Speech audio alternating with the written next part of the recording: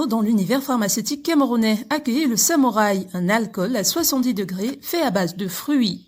Avec la Covid-19 qui sévit, l'alcool à pharmacie, le Samouraï devient l'allié idéal pour lutter contre le déficit en alcool, dû à son utilisation comme principe actif des gels et solutions hydroalcooliques. L'alcool à pharmacie, le Samouraï, est un alcool bio, contrôlé et certifié. Pour tout besoin d'approvisionnement, contactez la société Gic Bellomar, 6 descente de l'église du Centenaire à Aquadouala.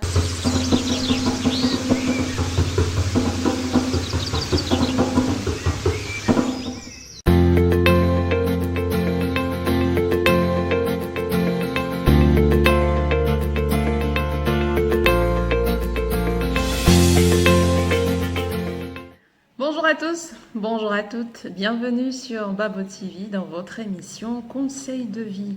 On l'a annoncé hier, ce jeudi on parlera de comment vivre par l'esprit.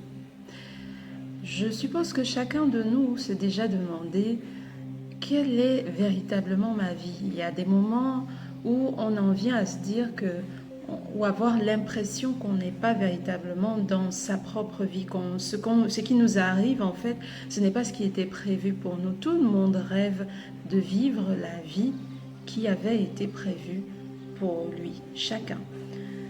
Et donc comment y parvenir? Cette vie prévue dépend au moins à 50% de notre esprit. Au moins, c'est-à-dire au minimum. Vivre la vie qui était prévue pour nous, c'est vivre au moins à 50% au quotidien par l'esprit. D'abord, il faudrait comprendre une notion basique que tout le monde ignore. La vie tient sur 24 heures. C'est un jour, une nuit. Votre vie tient là. À chaque fois que vous dormez, à chaque fois que le soleil se couche et se relève le lendemain, c'est un jour qui est mort. Vous voyez ce que je veux dire? Quand le soleil se couche, il ne va plus se lever ce jour-là. C'est un départ définitif. Mais il ne reviendra que le lendemain, lorsque le cycle sera fini. Ça se passe très rapidement, mais c'est tout un cycle. Pour nous, êtres humains, on voit juste sur 24 heures. Mais c'est le temps qui nous définit. Le temps est véritablement la clé de la vie, de toute l'existence. C'est le temps d'ailleurs qui vous fait savoir que vous vivez. C'est par le temps qu'on sait qu'on vieillit, on est jeune, on est vieux, on est enfant, voilà. C'est le temps qui nous caractérise. C'est le temps qui nous situe dans cette vie. Le temps est la clé de tout. Et donc, votre monde, déjà le premier monde qui est à l'intérieur de vous, plus le monde qui vous entoure, donc les gens qui sont autour de vous, dans ce monde, c'est en une journée que ça se joue. Une journée qui se renouvelle. 24 heures qui se renouvellent à chaque fois. Quand vous dormez, vous mourrez un peu. C'est pour ça qu'il y a des médicaments, par exemple, qu'on ne donnera que la nuit pendant que vous dormez. Parce que quand vous dormez, votre chair est... En fait, tout est à l'arrêt. Les rêves ne dépendent pas de la partie basse du corps, de l'être. J'avais déjà séparé la partie supérieure, l'esprit, la partie inférieure, la chair. D'ailleurs, ça vous donne une place de la chair dans notre vie. C'est la partie inférieure. Mais lorsque vous rêvez, c'est votre esprit, en fait, qui rentre en jeu.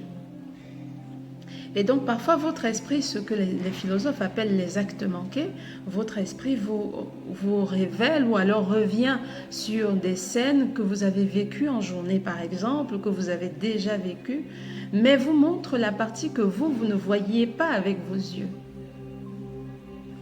Ou alors, votre esprit fait des choses que votre chair, votre corps ne peut pas faire.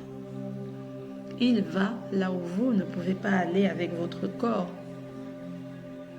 Il vous emmène vers des lieux que lui, il connaît. Nous sommes juste une dualité. Je vous ai dit hier, l'âme, en fait, est une touche. C'est quelque chose qui vient caractériser. Et donc, soit elle se colle à la chair, soit elle se colle à l'esprit. Donc de façon équilibrée, elle doit pouvoir servir autant l'esprit que la chair. Ça, c'est l'âme. Maintenant, vivre par l'esprit ne veut pas dire oublier la chair. Attention, j'ai bien dit 50%. Parce que de toute façon, l'esprit ne fera jamais rien tout seul. Il aura toujours besoin de la chair, soit sa chair, soit la chair des autres. Mais il aura toujours besoin de la chair. Donc l'esprit ne peut pas évoluer tout seul. Même ceux qui sont dans le monde invisible, donc l'autre partie complètement spirituelle de ce monde, pour impacter ici, ils auront toujours besoin de la chair.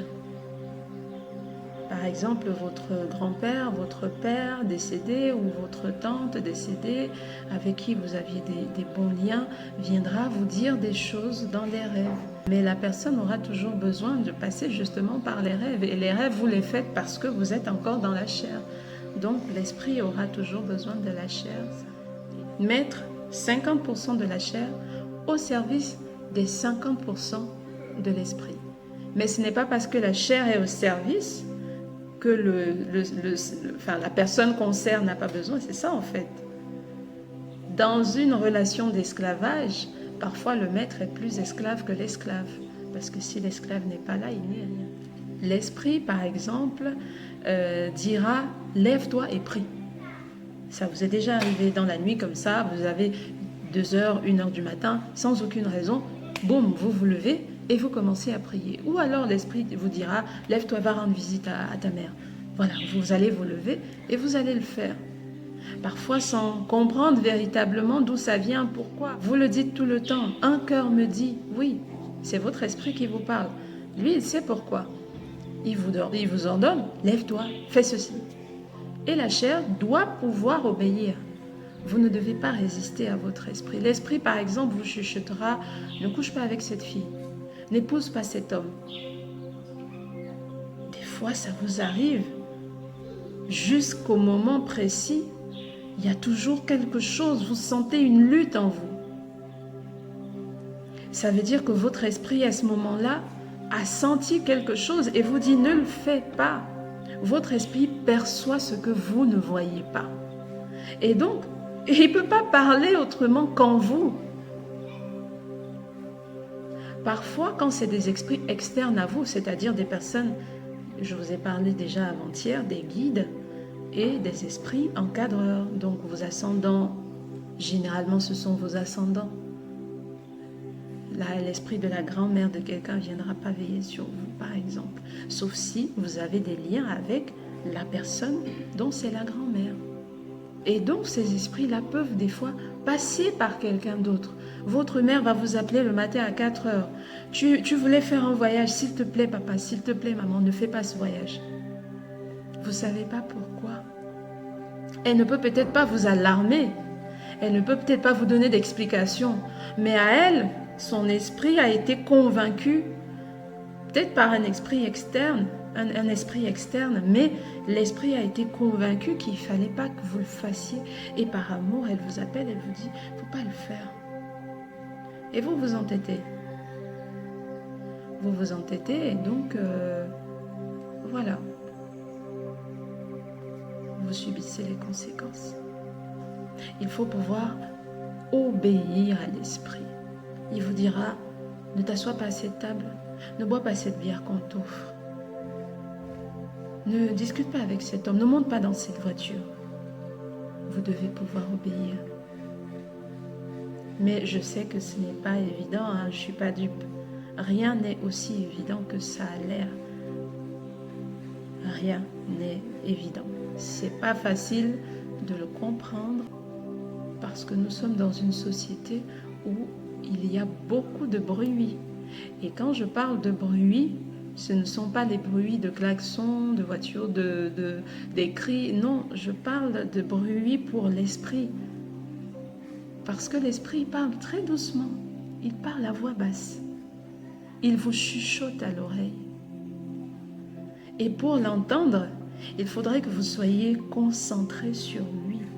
Mais les bruits externes, le travail, la rentrée maintenant, la scolarité, les problèmes d'électricité, les problèmes de nutrition, ainsi de suite, les problèmes de cœur, il y a tellement de choses qui font du bruit autour de nous. Et on s'inquiète tellement pour ces choses-là. D'ailleurs, ce sera le sujet de demain, l'inquiétude. On s'inquiète tellement. Mais quand un esprit est dans la panique, quand on est dans l'inquiétude, on n'écoute plus rien. Puisque ce n'est pas une évidence. Il y a quand même quelques pistes ou alors quelques propositions pour essayer de renforcer la place de notre esprit dans notre vie. Tout part d'abord du choix et des motivations de ce choix. Il y a des motivations qu'on dit motivation, enfin c'est moi qui le dis, il y a des motivations que j'appelle motivations de premier degré et il y a des motivations profondes. Ce sont les dernières motivations qui sont déterminantes. Les motivations premier degré, c'est en fait pourquoi je veux vivre par l'esprit. Alors généralement, ce qui se passe, c'est soit au sortir d'une déception, soit au sortir d'un coup dur, par exemple un décès, la perte d'une personne très proche, ou alors une perte de boulot. En tout cas, c'est toujours au sortir d'une épreuve, ou alors quand on est en plein dans une épreuve. Généralement, certaines personnes deviennent très pieuses quand elles sont dans les difficultés, et une fois que les difficultés passent, on revient à l'état précédent. Et donc, c'est ce que j'appelle motivation premier degré. C'est là, à l'instant, c'est un souhait à l'instant, là, par rapport à une circonstance. Ça, j'appelle ça motivation premier degré. Et il y a des motivations profondes. Ce que j'appelle motivation profonde, c'est une véritable remise en question de soi. À un moment donné, lorsque vous aurez fait une difficulté, un repli, une difficulté, un repli, retour, un repli, retour, viendra un moment où vous allez vous-même faire une sorte de balance et vous rendre compte que à chaque fois que je me suis repliée sur moi-même, dans moi-même, essayer de comprendre mon esprit, les choses fonctionnaient différemment. Je me sentais d'une autre façon. Vous arrivez à un moment où vous vous posez des questions vraiment essentielles, des questions sur votre existence, sur votre vie, sur pourquoi vous êtes là. Quelles sont les raisons de votre venue sur Terre? Vous recherchez en fait vos racines, c'est qu'est-ce qui vous définit? Pourquoi vous vivez en fait? Mais ces choses n'arrivent parfois que lorsqu'on est au fond du gouffre et qu'on est sûr de ne pas pouvoir aller plus bas. Quand on est dans des difficultés, on se débat, on a l'impression de se débattre, de faire tout ce qu'il faut et toujours rien ne va. Alors on arrive au fond et c'est à ce moment qu'il faut s'arrêter. Il ne faut pas chercher à creuser le fond, sinon vous irez vous vous perdez. Il faut s'arrêter à un moment et se demander, ok, qu'est-ce qui ne marche pas dans ma vie? Pourquoi ça ne va pas? Qui je suis? D'où je viens? Pourquoi je vis? Peut-être tout ça m'arrive parce que je ne suis pas dans ma vie. Quelle est ma véritable vie? La découverte de soi part d'abord d'une interrogation sur soi. Mais n'attendez pas. L'idéal ne serait pas d'attendre que vous soyez au fond du gouffre avant de chercher à savoir qui vous êtes. Il vaut toujours mieux s'y prendre plus tôt, parce que vous pouvez arriver au fond du gouffre au moment où vous êtes également à la fin de votre mandat. Alors, il sera trop tard pour vous. Et ce sera à quelqu'un d'autre de votre lignée, si vous en avez laissé après vous, ce sera à quelqu'un d'autre de venir résoudre vos problèmes. Parce que vous irez avec un esprit qui ne s'est jamais réveillé. En fait, ce sera comme si dans une chaîne, À votre niveau, il y a une chaîne, il y a un maillon, mais invisible. Et donc, ce sera toujours un couac. Il sera donc question à votre descendance de réparer ce vide pour que la lignée se poursuive. Parce qu'il y aura un esprit qui n'aura pas accompli sa mission.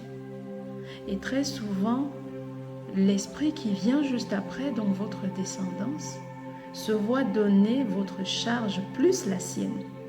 Parce que tout doit être réparé. Pour que tout soit parfait, pour que tout soit harmonieux, il faut que chaque chose soit à sa place. Il faut que chacun fasse sa part.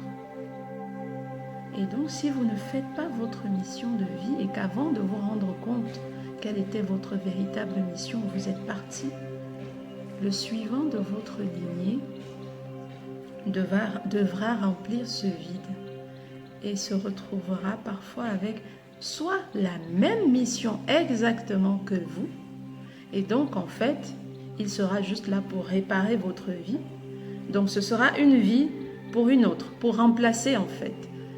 Différemment dans le temps, mais ce sera exactement la même vie pour remplacer celle que vous avez gâchée. Parce qu'une vie qui ne remplit pas sa mission, une vie qui ne fait pas ce pourquoi elle est, c'est du gâchis. C'est du gâchis pour celui qui a voulu ça. Il y a quelqu'un qui t'a voulu. C'est pas toi-même qui t'es voulu. Je n'ai pas dit je viens et tu es venu. Il y a quelqu'un qui t'a voulu. Et donc s'il t'a voulu, c'était pour quelque chose. Et si tu ne fais pas ce quelque chose-là, si tu ne te rassures pas que ce que tu fais actuellement rentre dans ce plan-là, alors ce sera un gâchis. Et quelqu'un après toi devra réparer le tort. Il faut apprendre à causer avec vous-même. On est plus attaché à l'extérieur qu'à soi-même. Mais n'oubliez pas, le dicton le dit, la bonne charité commence par soi-même. D'ailleurs, il y a un passage de cette même Bible qui dit bien « Aime ton prochain comme toi-même ». Pas plus que toi-même. Mais pour aimer quelqu'un, il faut connaître la personne. Donc pour t'aimer, il faut te connaître. Et te connaître, c'est pouvoir causer avec toi. Savoir que ça, c'est mon corps qui parle, ça, c'est mon esprit qui parle. Je suis d'une âme telle et je veux que mon âme accompagne mon esprit et non mon corps. C'est un choix. Vivre par l'esprit est un choix qui a ses motivations premier degré et ses motivations second degré, donc des motivations que j'appelle les motivations profondes. C'est un choix à faire, c'est un choix qui vous revient. Vous pouvez décider de ne pas écouter votre esprit. Vous pouvez même décider de ne même pas croire que vous êtes un esprit. Vous pouvez le décider. Tout est un choix dans la vie. La vie que nous menons est un choix que nous avons fait. Personne n'est responsable de cela. Vous et vous seul. Vous êtes et vous vivez une récompense. Ça, c'est par les liens d'ascendance. Mais vous choisissez de vivre la vie que vous vivez. Parce que si vos liens d'ascendance ont des répercussions négatives, alors vous les réparez. Mais si vous ne faites rien, c'est un choix aussi. Donc la vie que vous vivez est un choix que vous avez fait. Sur ce, je vous souhaite de passer un très bon jeudi. N'oubliez pas, vendredi, c'est spécial direct conseil de vie. Toujours sur votre page Babou Web TV. Merci une fois de plus encore de nous avoir suivis. Donc, bonne journée à tous. Et n'oubliez pas, abonnez-vous, likez, partagez. Au revoir.